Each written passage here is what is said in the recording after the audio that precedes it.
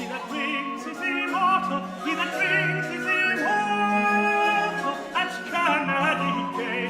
For wine still supplies. For wine still supplies. What age wears away?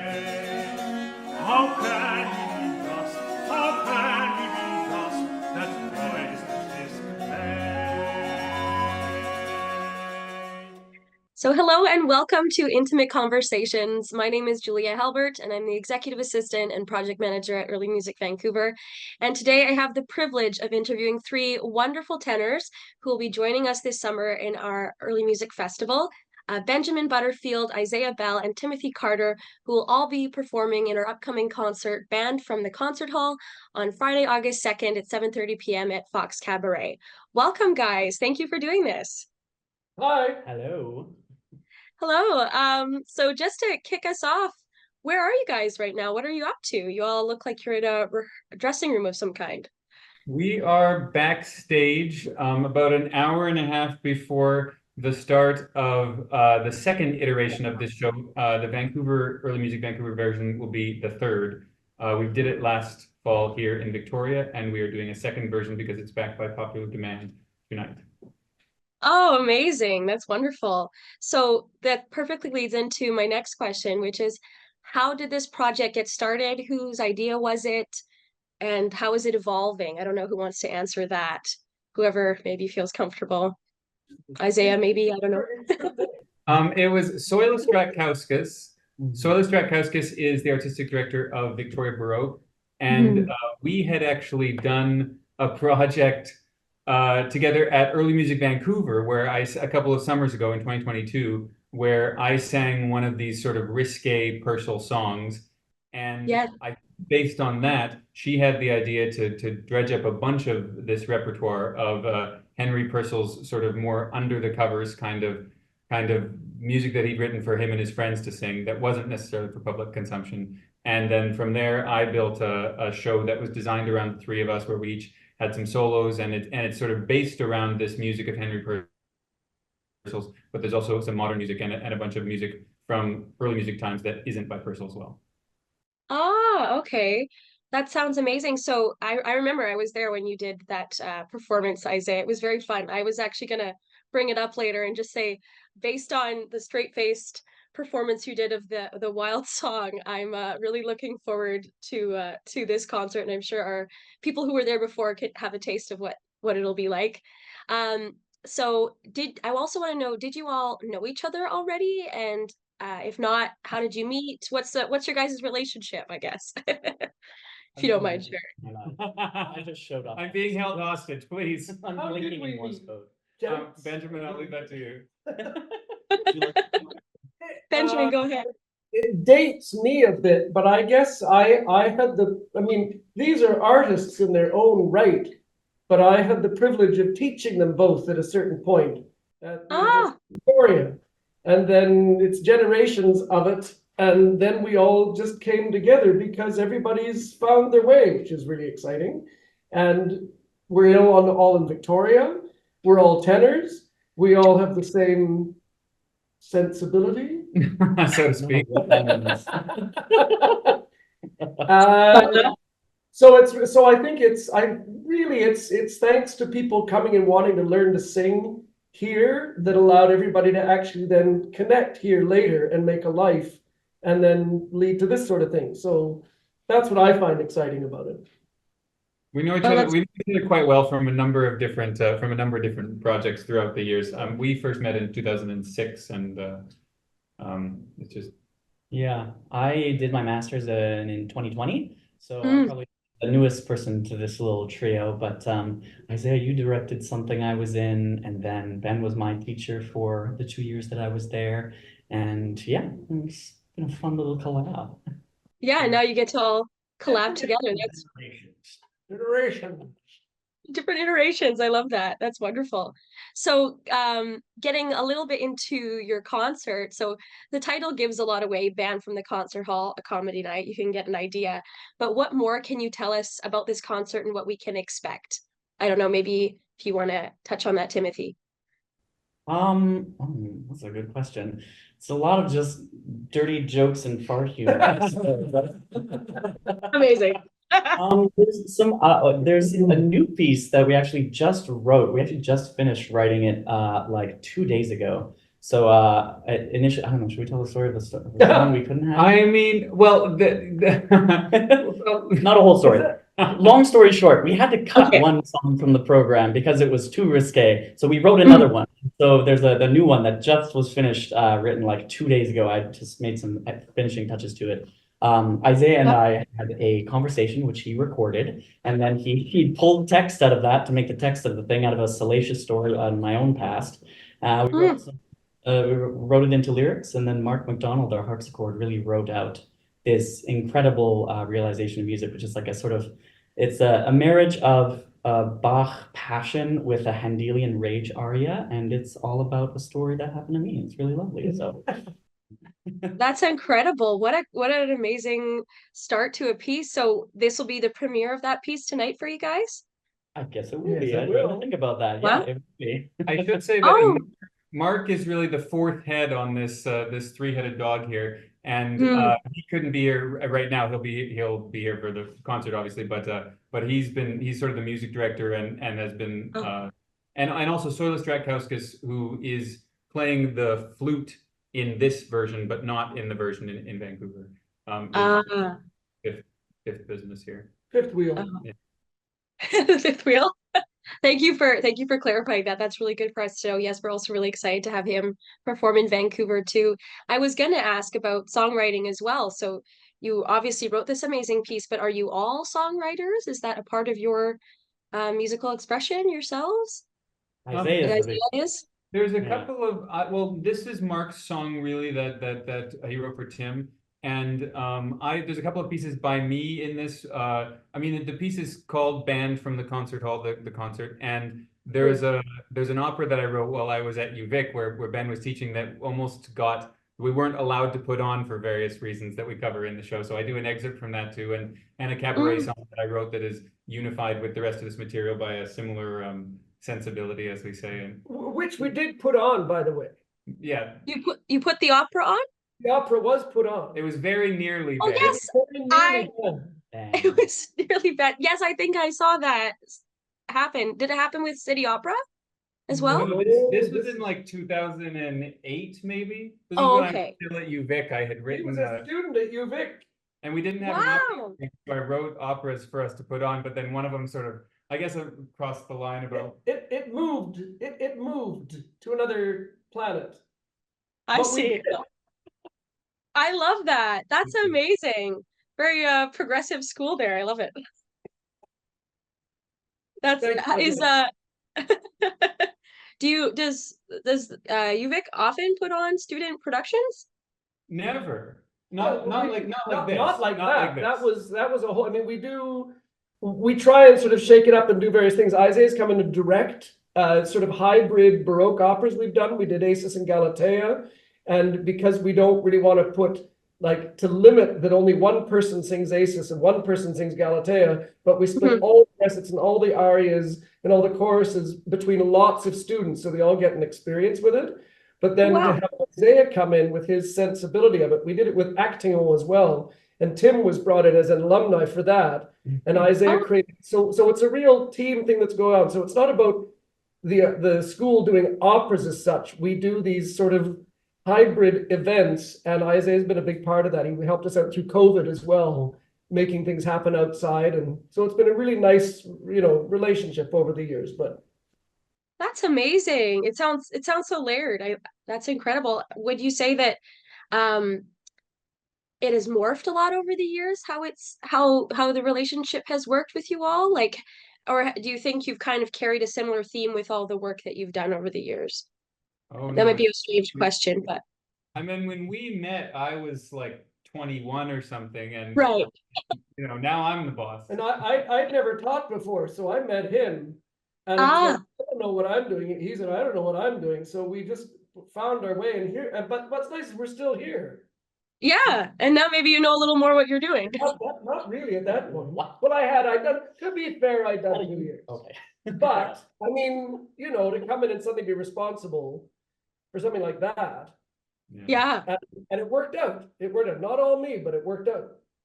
Is there any video of this online anywhere? There is no video for legal Ah. reasons. No, Maybe intentionally This on purpose? Oh, of this show or no, Of that opera that or that production you wrote. no, I mean we were Right really, here. you It's know, right here. it's burned into the back of his It's retina. like, You can't stop thinking of it. We were truly like, that was a true student production in the sense that the School of Music, not this guy, but the School of Music as an entity made us say this is not affiliated with the School of Music. Because there were some themes in it that they didn't want to get behind. So we had to tell ourselves. So, but we're all 21, 22-year-old people and younger. So, I mean, I remember the show was supposed to start at 8 p.m. on the first night. And at like 8:15, we were still like backstage finishing off one of the props that had to be in the first scene. So we didn't necessarily have the time for a videographer at the time, but to be fair, that show was kind of what any kind of show should be in university or people coming together.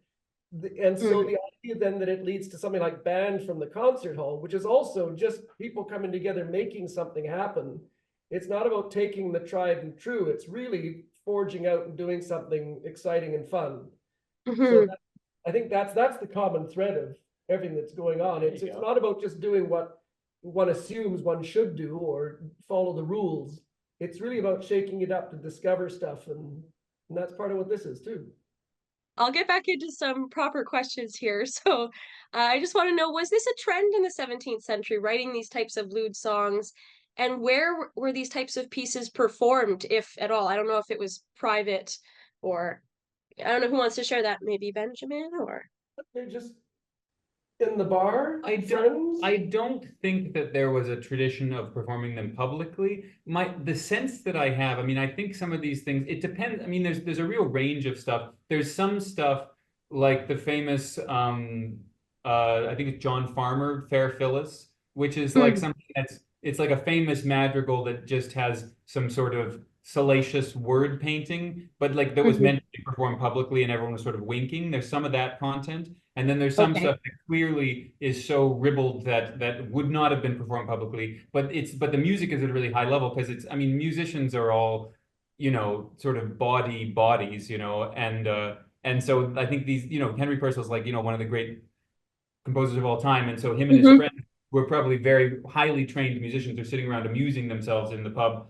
writing things that they specifically couldn't perform publicly, which is the idea of Band from the Concert Hall. So there's a real range of stuff. And of course, there's also some things. I mean, we do one of Mozart's dirty fugues, canons, and some stuff, as I said, that was literally banned in modern times. Is another piece that I won't spoil that Timothy performs, but so it really is. I mean, but I can also say with decent confidence that because there was a piece that we didn't include, there is a line, that we're not so I think, what would we rate this, like, say 14A maybe? Yeah. It's don't bring your children, but you can bring your teenagers in. Yeah. Vancouver I see.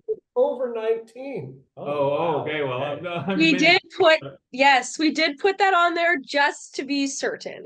That's fair. I wouldn't want someone saying you said I could bring my 15-year-old, but my 15-year-old's never seen a movie. So, but 15-year-olds are pretty advanced, but it's hard to say. 19 is safe. It was my kid 14. I think also because it's in Fox Cabaret. I don't actually think they're allowed in the building. It's also part of it. As it should be. Yeah. But that's good to know. People have a basic idea of where it's at. I gotta say, I'm really excited for your show. I think this is going to be a real blast, and our audience is really excited. So this is going to be very cool. Speaking of the pieces, I'm curious, are they easily accessible and published, or did you really have to do a lot of research to find these?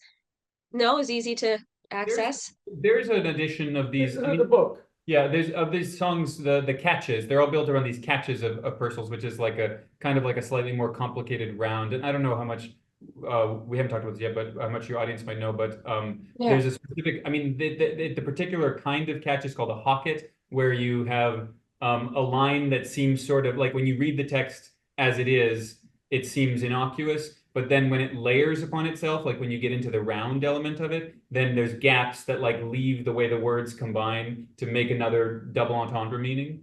There's a few of Oh, I see. Then it becomes dirty. So it seems But innocent, but then when initially there's it's a gap in the one, and then another, and then when you loop the line on itself, one part of the line that inserts into the gap that's there before it makes it like a dirty phrase or a sort of a wink or something, And you it know. creeps up on you. So when you're singing it, you know, beautifully, and suddenly these things happen, everyone goes, what? But there is an edition of it available. So these are, I mean, we didn't like discover these in like a manuscript in the basement of It's not a like Geneva the library. Yeah. dirty songbook. Yeah. I see. That makes sense. So if anybody was interested in it, where would be your best recommendation to find it? Well, you can just search Purcell catches. Search. But I mean, Okay. this concert is about half Purcell catches and about half of just a huge range of other stuff. So, I mean, it's all kind of, yeah, it's all, as I said, it's all kind of bound together by what we call a sensibility, but We got Randy Newman in there. that's true. Oh, really? Oh, I love that. So you really have like, would you say that what you're doing is it's banned from the concert hall, but over time from Purcell's time to today, like that's really what you're trying to showcase, would you say? Quite I might be old. summarizing it too simply. It's either quite old or quite new. There's not a lot of them I, that we you have. know, and even the idea about it being banned from the concert hall, I wouldn't say that anyone ever actually wouldn't have banned anything, but it is Yeah. salacious, and so it may be because it wasn't conceived for the concert hall. It's not exactly highbrow art, but the nature of the round and catch is very clever art. It's very clever layering of music and language, and so it's not just some thrown off thing. There's an incredible mind behind it that creates this really dirty thing, which isn't exactly something you say, oh, well, this week we'll do the St. John Passion, next week we'll do Purcell's body songs and catches. Right. So it's so in that way it's banned, but that's what makes the Randy Newman tune so funny, because it's the song that was made famous by Three Dog Night called Mama Told Me Not to Come. And it's about a kid going to his first big wild party where there's drugs, sex, and rock and roll, and he doesn't want to see what happens next. And Mama told me not to come, and so that's how we view this thing. Like it becomes a salacious party. I love it. That's fantastic. Okay, good to know. Thank you. So I just want to go a little bit back about composing. So you guys said that you do a bit of composing, specifically Isaiah. Is it all early music, or do you branch off and do other genres? I mean, and you said opera, but is it span further than that, or what's your niche, I guess? I mean, I would say actually the funny thing about the very old and very new is that the very new kind of veers toward the cabaret, I would say, and you know the fact that it is in a cabaret. So and I think that's maybe the closest parallel in terms of where these songs, the old songs, would have been performed. So it's more about like what binds them together in terms of the situation rather than what binds them together in terms of the style. Because the music that I've written isn't. I mean, there is the song that has sort of parodic elements of that we're premiering tonight of Bach and Handel. But a lot of the other new music doesn't necessarily allude to early music in style, but we're trying to sort of like, because the early music stuff is very early music, and then we're trying to sort of loop in a modern sensibility by tying it in with the sort of place or the situation or the environment where you might perform this kind of stuff. Okay, that makes sense. It sounds like a really, yes, like you said, it's all connected in place, but it sounds like a really diverse program as well. Like people can really get a taste for a bunch of different things. Is that correct? I think that part of the idea of, I mean, the whole band from the concert hall thing, part of it is about a sensibility that's not welcome in like the very sort of penguin suit kind of. I mean, we all do like Bach and Handel, and it's like the sort of the meat of a lot of what we do, and there's a deep love for that. But I think Purcell found the same thing probably, which is that there's a part of yourself that isn't welcome in that environment, and that needs to vent, you know, like you need to sort of let off that steam. And so I think in addition to the content, I think the idea of the looseness of a form that can contain all these different things but still feel like a coherent whole. I think that's part of the thing that feels non-recital as well, is how loose but I mean, we spent a lot of work crafting something that flows as a show and it doesn't just feel like a bunch of random things. I mean, Tim and I sat down for hours just trying to figure out, okay, what we're going to say in between this, how are we going to move, where are we going to get the note from this, and how is this one going to relate to this one, and how is this one not going to stick out of the texture? And But that's it. It's not just a recital of songs. It's really Mm. trying to get a little narrative that sort of sets Oh. up certain songs or remarks on things or offers through humor this sort of treatise at the time of how one played certain things on the harpsichord because of the language. Mm. So these guys have done I really am just flying in. These guys have done incredible work in sewing this thing all together to make a really Oh. cohesive, slick, truly funny program that's clever. It's not just by chance. That sounds amazing. Timothy, would you say that you That was a compliment. Thank you. Okay, good. It was mostly just me being a sounding board for Isaiah while he rattled off his ideas, and I was like, okay, let's boil it down. Let's do this maybe, but you can't do it on your own. All this stuff No. is very No. related. yeah. Yeah, I was gonna say, would you say that maybe you got to use some of your comedy chops? Would you guys say you have some comedic writing in there anywhere? I mean, it's intended to be funny, and the people that came to see it last time certainly seemed to think it was funny. I don't think sure anybody tries to be funny with it. It's just Yeah. that it's funny material. It gets presented and it's rather cleverly. I think the whole point is the language is so clever in not just the language being used in the pieces, but the Mm. language that's used to tie it together and the nature of this being early music. Mm. This bodiness, there's something through that sheer cleverness of language that becomes very funny. And so the delivery is kind of everything. Mhm. So Right. it's not Right. like yuck, yuck, yuck, yuck. Yeah. I feel It's like clever. It's clever funny. I feel Mm. like there's also with the comedy element, I feel like a lot of it is built into the personal music, and then I also feel like there's a structured element to doing things in this kind of elegant, refined manner, but the thing that you are doing is so So lowbrow. unrefined.